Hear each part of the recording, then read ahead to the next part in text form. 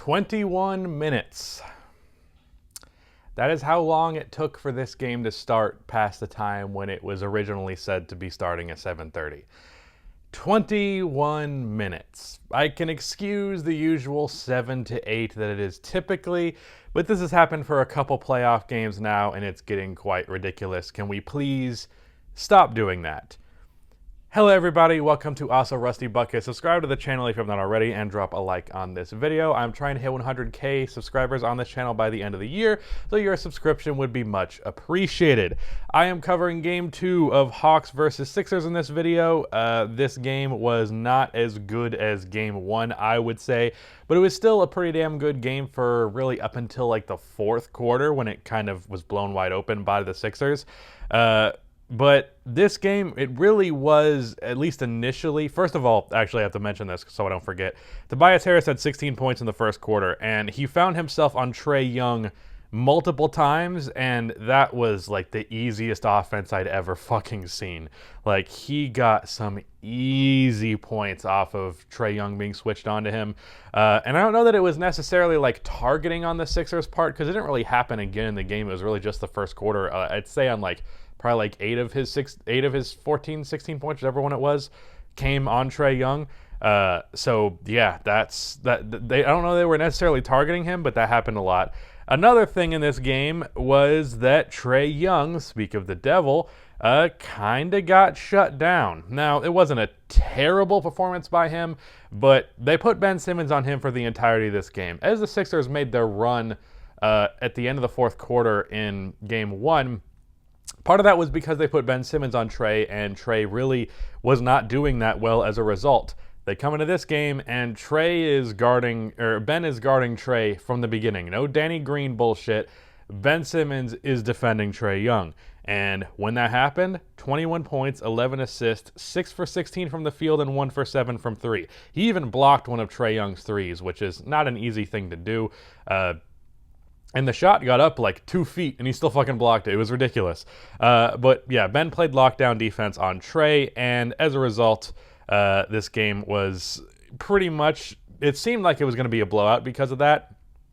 The Sixers in the first quarter had a decent lead, I believe. But then second quarter comes around, and led by Danilo Gallinari, which I did not expect, the Hawks started to make a comeback in spite of the fact that Trae was playing poorly. Now, in my preview video for this series, I mentioned that the way that you slow down the Hawks is by slowing down Trae Young, and I believe that this was pretty much the best case scenario offensively for the Hawks, with Trae Young underperforming, because Bogdanovic, actually he wasn't very efficient, but he hit some notable shots. And then Kevin Huerter, who was also awesome, he was 8 for 10. But then Danilo Gallinari was creating a lot of offense, a couple of fadeaways in the post, 3 at the end of the first half. That he just came in and he was awesome. And I was very critical of Gallo for the game that he's played previous to this, and rightfully so, because he was terrible. But this game he really came to play and brought in a great offensive performance. Someone I have to point out as well, in a not-so-nice way, is John Collins.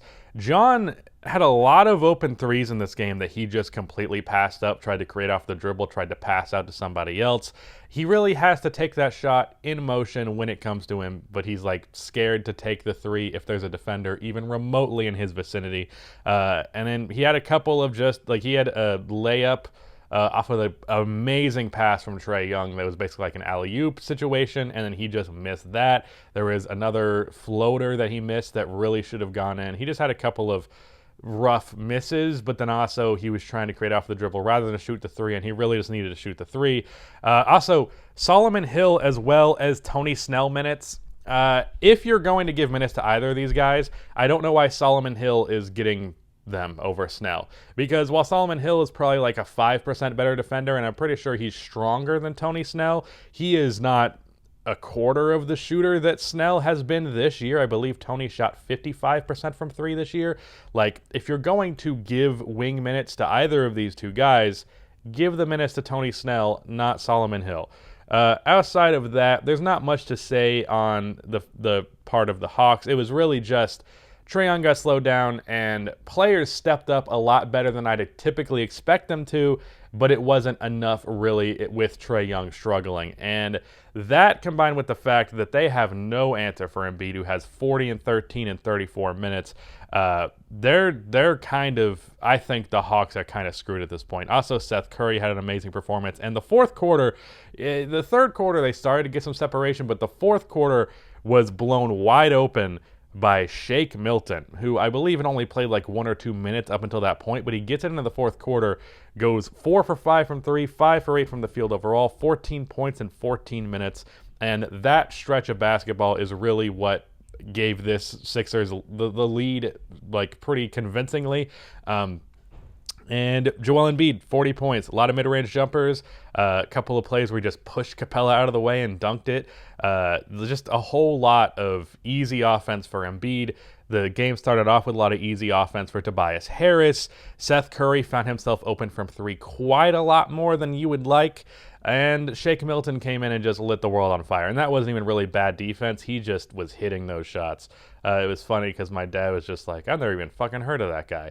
But yeah, he was the spark plug, and that's one of the reasons why they won the game, or really the reason why they won the game more convincingly, because it was looking like it was going to come down to the wire, or at least something resembling down to the wire, but Shake Milton gave them the security to close the game. Outside of that, I mean, the reason, excuse me, the title of this video is going to be, this series is probably over, and that's because I think Ben Simmons on Trae Young is going to be better than I initially had thought.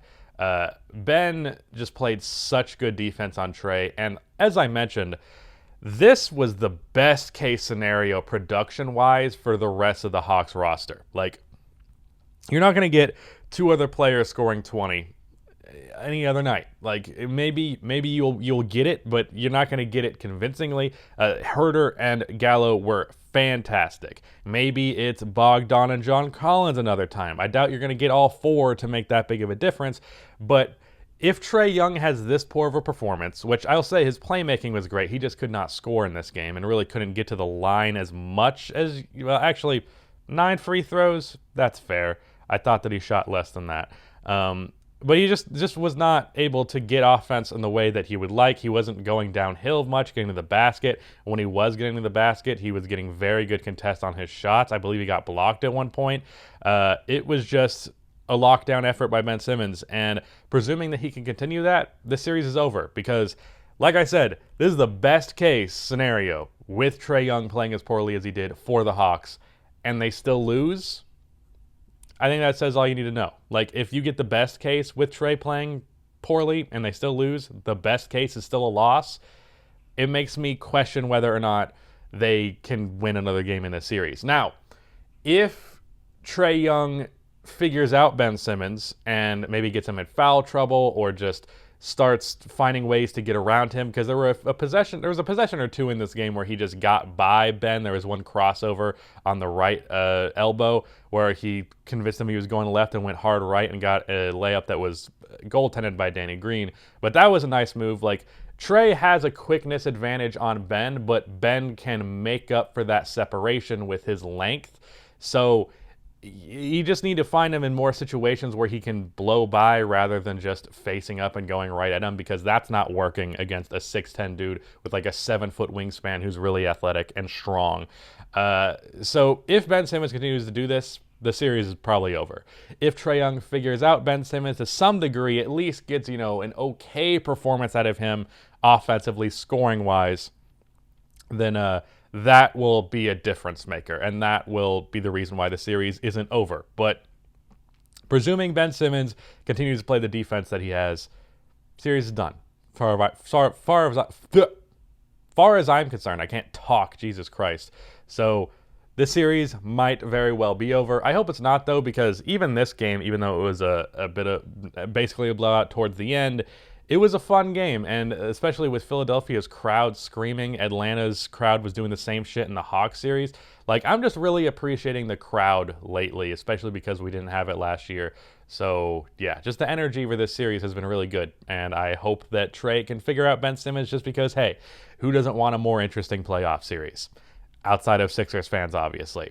Anyways, that was it. Subscribe if you haven't already, and goodbye.